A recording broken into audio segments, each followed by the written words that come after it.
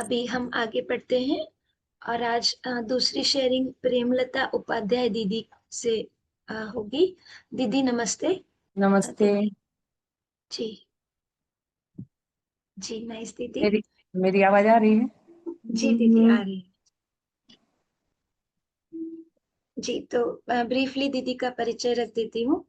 प्रेमलता दीदी government Keshoram Pande girls higher secondary school Damoh से हैं, मध्य प्रदेश से। दीदी ने 2021 में ऑनलाइन वर्कशॉप की थी। उसके बाद 2023 से दीदी लगातार वॉलंटियर के रूप में काम कर रहे हैं और दीदी ने लगभग 10 ऑफलाइन वर्कशॉप्स ज्वाइन की है यूएचवी की।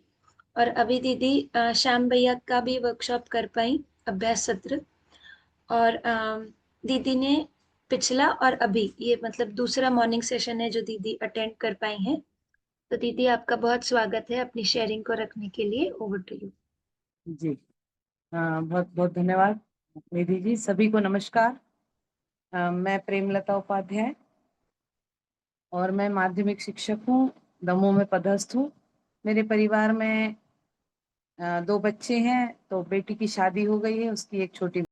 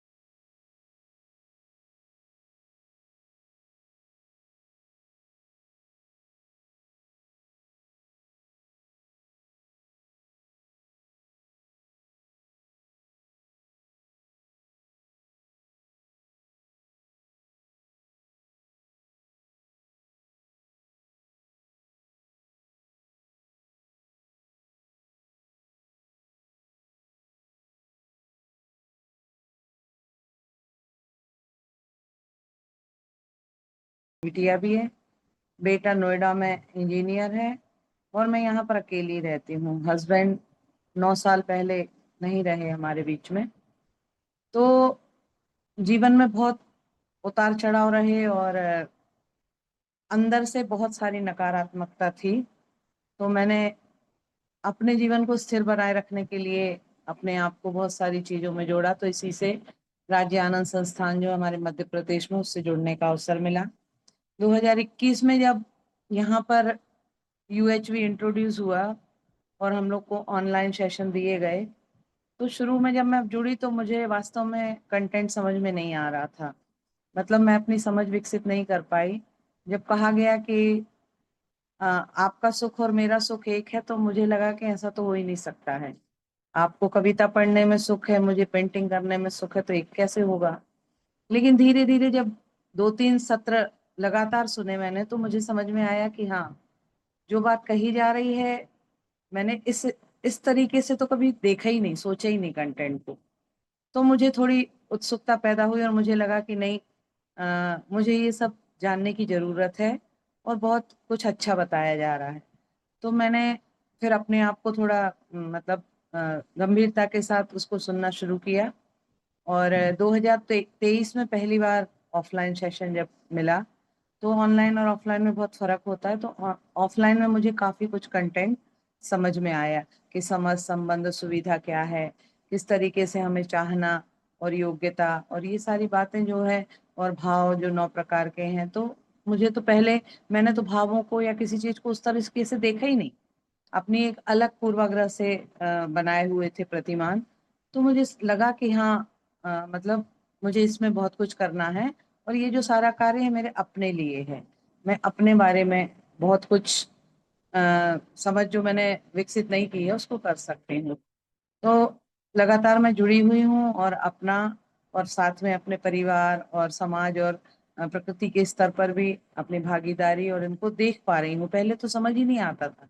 पहले तो यही सोच लिया था कि मेरा दुख जो है वो मुझसे भी बड़ा है और शायद मेरा कुछ नहीं हो सकता। मैं तो जीवन में बस इसी तरीके से काटना है, एक जीवन तो कट जाएगा जैसे बनेगा, क्रोध होके या दुखी होके या इस तरीके से। तो ये इस तरीके से मेरी जीवन यात्रा है जो चल रही है। लेकिन ये है कि बहुत सी नकारात्मकता खत्म हुई है जब से यूएचवी में जुड़ी हूँ, और सकारात्मकता को मैं बहुत लाने का प्रयास करती हूँ और चीजों को समझने का प्रयास कर रही हूँ। अभ्यास एक के बारे में जब बात करेंगे, तो अभ्यास एक में जब कल्पनाशीलता में मैंने देखा, तो पहले तो कल्पनाशीलता में कुछ भी चलता रहता था, मैं तो उसको देख ही नहीं पाती थी, सजगता नहीं थी। कल्पनाशीलता तो थी, लेकिन मैं मेरे में कोई सजगता नहीं थी। मैं तो ये समझती ही नहीं थी कि इच्छा, विचार, आशा, ये कुछ अलग अलग चीजें हैं, एक ही तरह से कि बस कुछ भी चल रहा है। लेकिन अभी भी जब पिछले मॉर्निंग सेशन में ज्वाइन हुई थी, तो कल्पनाशीलता को देखती थी, लेकिन जैसे कहते हैं ना कि देखना बस है, कोई प्रतिक्रिया नहीं करना है। लेकिन मैं तो थोड़ी देर में ही उसी के साथ बह जाती थी। जब काफी बहने के बाद, काफी देर बाद मुझे ये सजगता आती थी कि नहीं, मुझे तो सिर्फ देखना था, लेकिन मैं तो साथ में ही निकल ली। तो फिर मुझे लगा कि नहीं, मुझे अपने आप में बार बार सजग रहना पड़ेगा, और ये दिन भर चलानी पड़ी है। मैंने, जब तक मैं चेतन अवस्था में हूँ तब तक मुझे ये चलाना है इस चीज को, और देखना है कि मेरे भाव और विचार और आशा किस तरीके के हैं, क्या ये प्रभावित हो रहे हैं, या मैं इनके प्रभाव में हूँ या मेरे ऊपर हावी है। तो मुझे ये चीजें समझ में आई देखने में कि कल्पनाशीलता कैसे चल रही है अभी भी। लेकिन क्या होता है कि कल्पनाशीलता में जब आती है, तो मुझे ऐसा लगता है कि जैसे जैसे ही मैं देखने की कोशिश करती हूँ, तो ऐसे जैसे बांध तोड़ के पानी निकलता है, ऐसी कल्पनाशीलता मुझे आती है। और शुरू में तो मैं घबरा जाती थी, आंखें बंद करके, फिर मैं आंखें खोल के देखने लगती थी। लेकिन फिर धीरे धीरे जब मैंने किया, मतलब अभी मैं ये नहीं कहती मैं पूर्ण रूप से सक्षम हो गई हूँ, लेकिन हाँ, पहले से काफी सुधार आया है, और शायद धीरे धीरे आएगा मुझ में। अब इस क्षण जो मेरे में भाव है, क्या मुझे सहज स्वीकार है? कुछ भाव होते हैं जो सहज स्वीकार्य हो जाते हैं, लेकिन कुछ में विरोध चलने लगता है, और ये भी जानते हैं कि विरोध जो है वो ठीक नहीं है, वो मुझे सहज स्वीकार नहीं है, लेकिन फिर भी बार बार आते हैं विरोध के भाव, तो वो मुझे सहज स्वीकार नहीं है, लेकिन चल रहे हैं, तो उन पर मुझे अपने आप में काम करना है। लेकिन जो भाव मुझे लगता है कि सहज स्वीकार है, वो अच्छे हैं, वो सब, उस पे तो, वो तो मैं चाहती ही हूँ, लेकिन फिर भी जो विरोध के भाव आते हैं कुछ क्षण के लिए, वो सहज स्वीकार नहीं है, और काम उसके लिए करना है मुझे। और जब भी विरोध का भाव आता है, तो मैं आराम में नहीं हूँ, ये भी मैं जानती हूँ, मैं संगीत में नहीं हूँ। और ये जो सारा विचार भाव मेरे अंदर चल रहा है, ये मैं जानती हूँ कि मैं ही चला रही हूँ। लेकिन उसके बाद भी, जैसे मेरे जीवन में कोई घटना घट गई जिसका मेरे ऊपर अच्छा इम्पैक्ट नहीं है, जो मुझे लगता है कि मेरे जीवन का सबसे दुखद पल था, या मैं उस तरीके का जीवन चाहती ही नहीं थी, वो सारा नहीं चाहती थी, फिर भी मेरे साथ है। लेकिन मैं फिर भी ये निर्णय नहीं कर पाती हूँ कि मुझे ये नहीं चलाना है अपने अंदर। वो जो भाव विचार हैं, वो बार बार मेरे अंदर आते हैं, और निर्णय मैं ही ले रही हूँ, लेकिन मैं उससे थोड़ा भी निकल नहीं पा रही हूँ।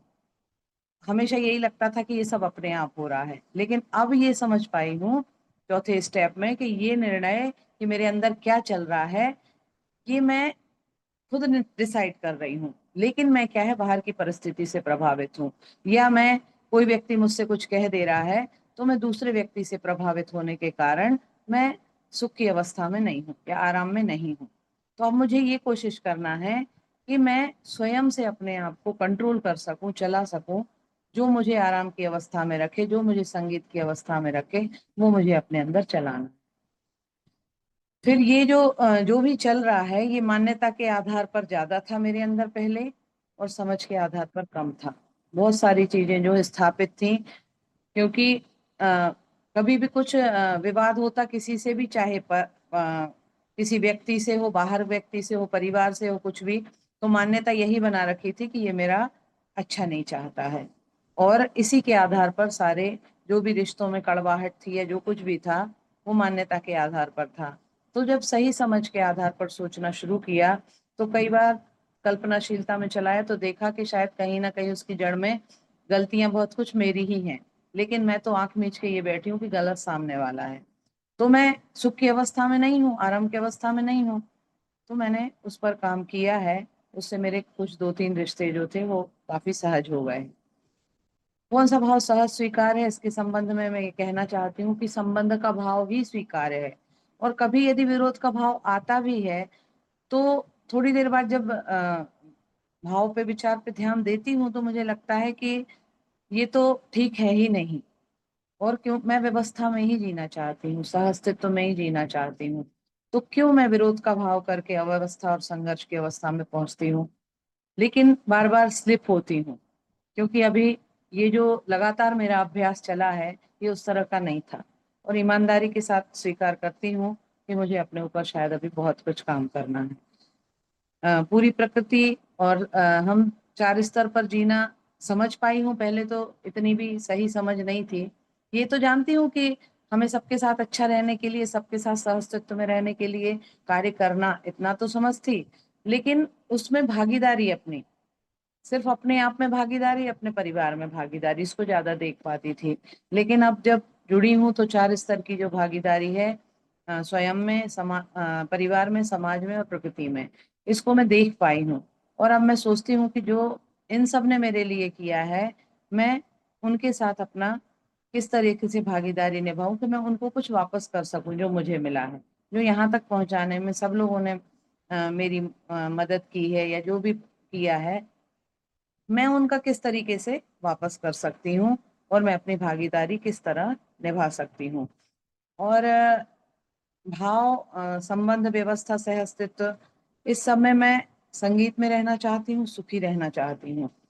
लेकिन जब स्लिप होती हूँ तो कुछ समय के लिए वो जो आता है उससे वापस आने में मुझे थोड़ा अभी समय लग रहा है। जबकि मैं जानती हूँ कि व्यवस्था, संबंध और सह अस्तित्व, इसकी संपूर्णता को मैं समझ रही हूँ।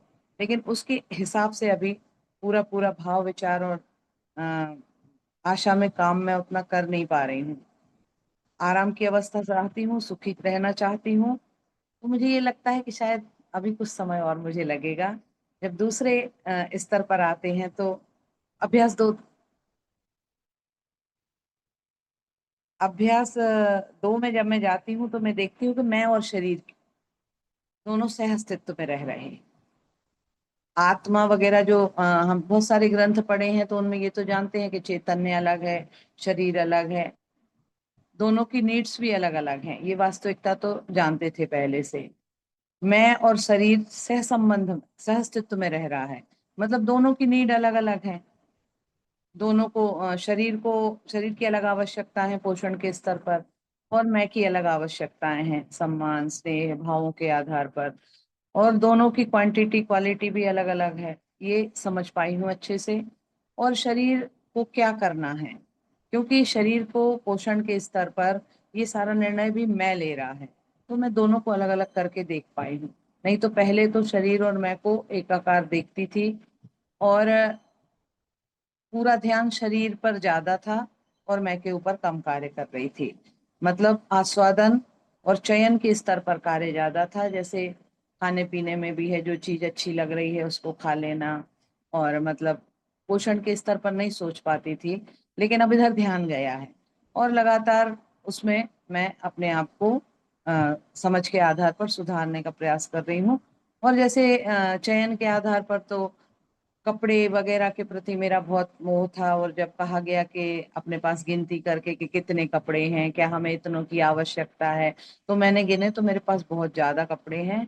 और अभी मैंने मतलब यूएचवी में ये लिया है कि 1 साल तक, अभी मैंने ऐसा अपने अंदर निर्णय बनाया है कि मैं 1 साल तक कोई कपड़ा नहीं खरीदूंगी।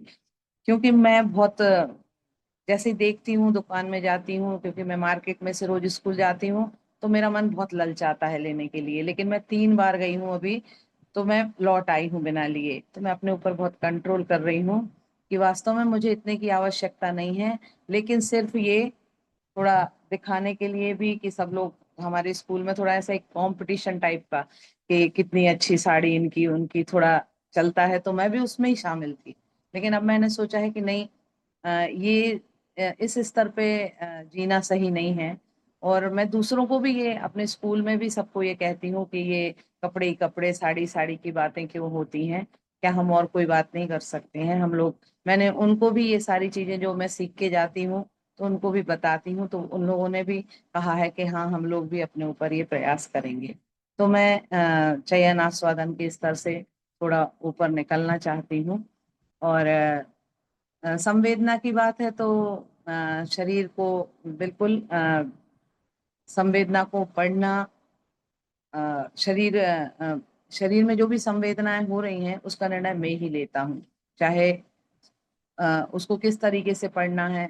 और बाह्य परिस्थिति जो है वो निर्णय ले पाती हूँ कि मैं प्रभावित हूँ, मतलब स्वभाव है मेरा या ये प्रभाव है।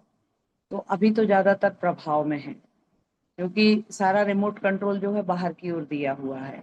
बाह्य परिस्थितियों से बहुत प्रभावित हूँ, चाहे वो कपड़े और भी बहुत सारी चीजें हैं। जो अभी यही था कि एक स्टेटस सिंबल कि इनके पास ऐसा है तो मेरे पास भी ऐसा होना चाहिए, और इनके बच्चे ऐसे हैं तो मेरे बच्चे भी इतना पढ़ना चाहिए, इस तरह से इस तरह की इनकी नौकरी। तो थोड़ा कहीं एक जलन का भाव भी आ जाता था कि इनके बच्चे इतना अच्छा कर रहे हैं, मेरे क्यों नहीं कर पा रहे। लेकिन अब धीरे धीरे जब काम कर रही हूँ तो बाह्य परिस्थितियों से, बाह्य प्रभाव से अपने आप को, मतलब रिमोट अपने हाथ में लेने का प्रयास कर रही हूँ कि जो सुख और दुख की अवस्था है इसके लिए मैं स्वयं जिम्मेदार हूँ। मैं अपने अंदर क्या चला रही हूँ, मेरे तो अब निर्णय पूर्वक, मतलब पहले मैं परतंत्रता पूर्वक जी रही थी और प्रतिक्रिया पूर्वक जी रही थी। थोड़ा सा भी किसी से विरोध का भाव आया और मेरे अंदर विरोध चलता। एक चीज और है कि मैं तुरंत प्रकट नहीं करती। जब तुरंत प्रकट नहीं किया तो प्रतिक्रिया जो है वो अंदर चल रही है, और अंदर लगातार चल रही है, मैंने ऐसा क्यों नहीं बोल दिया था, मुझे ऐसा कर लेना था। और जब नहीं बोल पाए तो और अंदर चल रहा है, मतलब बाहर यदि नहीं व्यक्त की है तो अंदर तो और ज्यादा परेशान है, आराम है ही नहीं। तो फिर और वो जब प्रकट होती उसके बाद तो वो और ज्यादा बड़े रूप में प्रकट होती। तो ये कि मतलब परतंत्रता पूर्वक जीना ही चल रहा था। तो अब जब मॉर्निंग सेशन में खासकर जुड़ी तो जिम्मेदारी पूर्वक जीना, स्वतंत्रता से जीना, मतलब हमेशा चाहना प्रशंसा सामने वाले के, उसकी योग्यता के बारे में सोचना भूल गई थी। क्योंकि मैं तो यही सोचती थी ना कि अब वो तो मेरा भला चाहता ही नहीं है, वो मेरा शुभ नहीं चाहता, वो मेरा सुख नहीं चाहता। मैं सुखी हूँ, मैं सुखी रहना चाहती हूँ निरंतर, सामने वाला भी सुखी रहना चाहता है। लेकिन जैसे ही प्रश्न आता कि सामने वाला मुझे सुखी रखना चाहता है तो मेरा वो तुरंत डोल जाता था कि नहीं, वो तो उसमें प्रश्न चिन्ह लग जाता था। तो मुझे लगा कि हाँ, लेकिन मैं अपने स्तर पे जब सोचती तो मैं तो हमेशा दूसरे का सुख चाहती, भले ही मेरी उससे विरोध हो या लड़ाई हो गई हो या गुस्सा हो। तो मैंने सोचा जब मैं गुस्से में भी सामने वाले का विरोध नहीं सोचती हूँ, उसका सुख चाहती हूँ, तो ऐसा ही भाव शायद सामने वाले का भी मेरे प्रति है। तो मैंने फिर काम किया थोड़ा अपने ऊपर। तो जैसे एक छोटी सी घटना बताना चाहती हूँ कि परसों हमारे सामने है, नए आए, एक मकान बना है, एक खाली प्लाट डला है उनके सामने, उस पे लोग कचरा फेंक रहे हैं। तो वो हमारे घर आई कहने को कि आपके यहाँ किराएदार रहते हो, कचरा फेंका। तो मैंने कहा वो खाली प्लाट डला है और उधर साफ सफाई हम लोग करवाते हैं, तो उसमें थोड़ा बहुत कचरा डाल देते होंगे, लेकिन आप मुझे रोक देंगी, मैं मना कर दूंगी, लेकिन आप किस किस को रोकेंगी खाली प्लाट के लिए। तो वो बोली नहीं, यदि आप इस तरह से बोलोगी कि हम मना नहीं करेंगे तो मैं आपके दरवाजे में कचरा डाल के जाऊंगी। तो मैंने कहा ठीक है, आप डाल दीजिए, यदि आपको इसमें संतुष्टि होती है। तो वो कल वास्तव में मेरे दरवाजे में कचरा डाल के गई, मतलब इंटेंशनली। तो मैंने फिर वास्तव में यही यूएचवी का कंटेंट मेरे अंदर आया कि वो भले ही विरोध के भाव में है, उनकी योग्यता कम हो सकती, लेकिन मुझे उनकी शाहना प्रशंसा नहीं करना चाहिए। और मैंने सारा कचरा उठाया और मैंने डस्टबिन में डाल लिया। तो वो मतलब मैंने प्रतिक्रिया नहीं की और मेरे अंदर भी विरोध का भाव नहीं चल रहा है। तो ये जो हुआ है फर्क, ये शायद यहाँ से है। नहीं तो यदि इस कंटेंट से नहीं जुड़ती तो शायद मेरी उनसे कल लड़ाई हो जाने वाली थी। तो मैं कल ये देख पाई अपने अंदर कल्पनाशीलता, मेरे दिन भर चला तो मैं ये सोचती रही कि मैंने विरोध का भाव नहीं लाया तो मैं कितने आराम में हूँ। तो ये जो है, ये दैनिक जीवन की नित्य जो चल रही हैं, इससे मैं समझ पा रही हूँ कि मुझे स्वभाव में जीना है, प्रभाव में नहीं जीना है। मतलब मेरे स्वभाव में मुझे निश्चित भावों को स्थापित करना है और संवेदना को भी पढ़ना है। तो इस तरीके से मैंने देखा कि दूसरे स्तर पर, मतलब दूसरे स्तर पर मुझे ज्यादा कार्य करने की आवश्यकता है।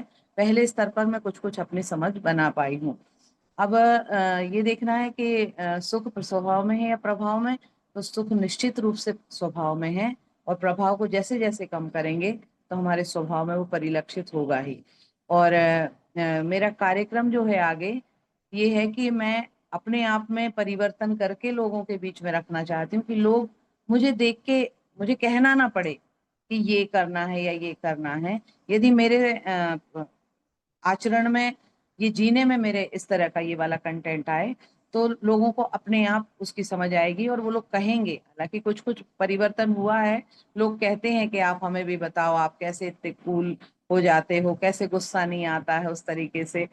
तो मुझे लगता है कि आगे मेरा कार्यक्रम ये है कि मैं पहले अपने स्वयं में परिवर्तन चाहती हूँ, प्रभाव फिर अपने परिवार में, और स्कूल में मैं बच्चों के बीच में भी कंटेंट को बहुत बार रखती हूँ। हालांकि हमारा स्कूल में अभी यूएचवी का कंटेंट नहीं आया है, लेकिन चूंकि मैं पिछले 3-4 साल से इसकी ट्रेनिंग्स ले रही हूँ, तो मैं बच्चों के बीच में इसकी बात करती हूँ। तो सहज समझ संबंध सुविधा और दूसरे की चाहना योग्यता, ये सारी बातें हमारे बच्चे भी जानने लगे हैं और उनको अच्छा लगता है। वो पूछते हैं कि मैम आप फिर कब और आगे का बताने वाली हैं। तो मैं प्रयास कर रही हूँ अपने स्तर पर। और मैं स्वयं में तो समझ में बहुत समय लगाती हूँ। जब भी मेरा ध्यान थोड़ा स्लिप होता है, मैं तुरंत वापस दिन भर अपने सजग रहती हूँ। जिम्मेदारियां हैं तो मैं समाज में भागीदारी निश्चित रूप से अपनी निभाना चाहती हूँ, समय निकालना चाहती हूँ। और हाँ, 2 घंटे तो मैं लगाती हूँ, 2-3 घंटे तो लगा देती हूँ इसके लिए। इसमें कोई वो नहीं है। तो मैं टूटी फूटी अपनी समझ के आधार पर जितना रख पाई, ये मेरी पहली शेयरिंग थी, उतना कंटेंट को उतना उसी शब्दों में रखना शायद उतना संभव ना हो पाया हो, लेकिन शायद मेरे भाव आप तक पहुंचे हो। बहुत बहुत धन्यवाद सभी के। Thank you. बहुत बहुत धन्यवाद दीदी, आपकी शेयरिंग बहुत सरल, सहज और भावपूर्ण रही और बिल्कुल भी नहीं लगा कि आपने पहली बार रखा है। थैंक यू सो मच दीदी। जी, हमारे साथ जी दीदी नमस्ते। थैंक यू दीदी। नमस्ते। जी जी प्रेमलता दीदी सुन पा रही है मुझे आप? जी जी भैया, सुन पा रही हूँ। जी जी। मैं भी आपके जैसा ही सोचता हूँ। ये कचरे वाला जो उदाहरण आपने बताया ना, हम्म, वो सही में यानी दूसरे को जब हम बताते हैं तो वो बोलते हैं ऐसा हो नहीं सकता, लेकिन ऐसा हो सकता है। ये आपके अभी के एक्सप्लोरेशन से पता चल रहा है। जी दीदी जी बराबर जी जी भैया। है ना? जी। मतलब विरोध तो आता है, लेकिन वो विरोध रखने से फायदा क्या है ना? कोई फर्क। हम तुरंत ये यूएचवी प्रपोजल्स के कारण उसे अच्छा कर सकते हैं। जी जी दीदी भैया। Thank you, all the best. जी नमस्ते सभी को, धन्यवाद, जी जी, all the thank best. You so much भैया। जी जी, कई सारे हैंड्स रेस्ड हैं। आ, हम्म, नमस्ते सभी को। मेरी आवाज आ रही है दीदी? जी जी आ रही। नमस, नमस्ते प्रेमलता दीदी। जी नमस्ते। बहुत अच्छा लग रहा है आपकी शेयरिंग सुन के। बहुत ही सहजता सरलता से आपने अपनी पूरी बात को रखा। मतलब कहीं से भी ऐसा लग ही नहीं रहा था कि कोई भी आप झूठ बात या कुछ भी बना। जो आप जी रही हो वही आपने यहाँ पर रखा हो। वो मतलब बहुत दिल को छू रही थी आपकी बात। जो आप अपने अंदर देख पा रही हो परिमार्जन, और जो नहीं हो पा रहा है वो भी बिल्कुल स्पष्टता से आपने रखा। तो ये बहुत अच्छा लगा और प्रेरणादायी भी लगा। आपसे अभी फेस टू फेस मीटिंग में दमोह में मिलकर आई, तो वहाँ भी देखा ही कि किस तरह से सभी लोग पूरी टीम में लगे ही हुए हैं। तो थैंक यू सो मच। बढ़िया, आप हमारे परिवार का हिस्सा हैं, तो हमें भी आपसे बहुत कुछ सीखने मिलता ही है। तो आपको हर वर्कशॉप में भी मैं देखती ही हूँ, आप पूरे उमंग और उत्साह से आप आते हो भोपाल। तो ऐसा ही जी बढ़िया निष्ठा बनाए रखिए, सभी के साथ से थैंक ही आगे बढ़ना है। बहुत थैंक अच्छा यू। दीदी। और भगवान भैया को भी सुना आज। भगवान भैया नमस्ते। आप तो हमेशा ही आपकी शेयरिंग सुन के बहुत प्रेरणा मिलती है। तो आप तक भी जी मेरा मैसेज पहुँच जाए। आपसे भी बहुत सीखने मिलता है, और निरंतर गतिशीलता कैसे बनाए रखना है, निरंतर ऊर्जित कैसे रहना है, वो भी आपसे समय-समय पर मार्गदर्शन मिलता ही रहता है। तो बहुत अच्छा जी लगा जी दोनों शेयरिंग सुन के। Thank you so much. बस इतनी ही बहुत बात बढ़िया। रखनी इतनी ही बात रखनी थी दीदी। Thank you. जी, थैंक यू सो मच दीदी। क्यों, अभी मैं शर्मिला दीदी को आमंत्रित करती हूँ दीदी की शेयरिंग के लिए, अपनी कमेंट्स रखने के लिए। जी नमस्ते प्रेमलता जी। नमस्ते। ये आपकी पहली शेयरिंग है क्या? जी जी बहुत बढ़िया लगा। बहुत ईमानदारी से और बहुत सरल और सहज ढंग से आपने पूरी बात को रखा। मुझे लगता है कि जैसे जैसे आगे आप चीज़ों को एक्सप्लोर करेंगे और सूक्ष्मता से चीज़ों को देख पाएंगे, उतना उतना और भी आपको उसका लाभ भी होगा। बट अभी जो भी आपने पूरी बात रखी, उससे ये तो तय हो गया कि आपको दिखाई दे रहा है कि ये महत्वपूर्ण काम है और आप इसको करने में लगे हैं और आप अंदर ध्यान देने के प्रोसेस में भी धीरे-धीरे आगे बढ़ रहे हैं। तो वहीं से सही मायने में शुरुआत होती है कि एक बार मन बन जाता है कि हमें ये काम करना है, तो फिर आगे का रास्ता थोड़ा आसान हो जाता है। अक्सर वो मन बनाने में भी देरी लगती है और एक बार मन बन जाता है, जब रफ्तार थोड़ी धीरी हो जाती है, तो फिर लगता है कि अब ना थोड़ा ऊब गए या और कुछ कर लें बीच-बीच में। बट जहाँ तक भी हो सके अगर हम मन बनाए रखें और इस काम को करें, तो धीरे-धीरे उसकी अ, जो सूक्ष्मता है वो भी पकड़ में आने लगती है। तो मुझे लगता है बहुत ही बढ़िया शेयरिंग रही, बहुत अच्छी शुरुआत है। आपको बहुत-बहुत बधाई और आगे के लिए भी बहुत शुभकामनाएँ। जी दीदी, बहुत बहुत धन्यवाद। जी। थैंक यू सो मच दीदी। जी हेलो। नमस्ते दीदी। हाँ, नमस्ते। नमस्ते सभी को। दोनों शेयरिंग बहुत प्रेमलता दीदी, मिलकर सभी का धन्यवाद। सभी को नमस्ते। शेयरिंग सेशंस के स्लॉट्स अभी भी वेकेंट हैं, तो आप सभी से निवेदन है अपनी शेयरिंग स्लॉट्स को शेयर करें। धन्यवाद। नमस्ते दीदी, अभी हम रोक सकते हैं क्या? जी, जी, रोक लेते हैं। सभी का धन्यवाद। सभी को नमस्ते।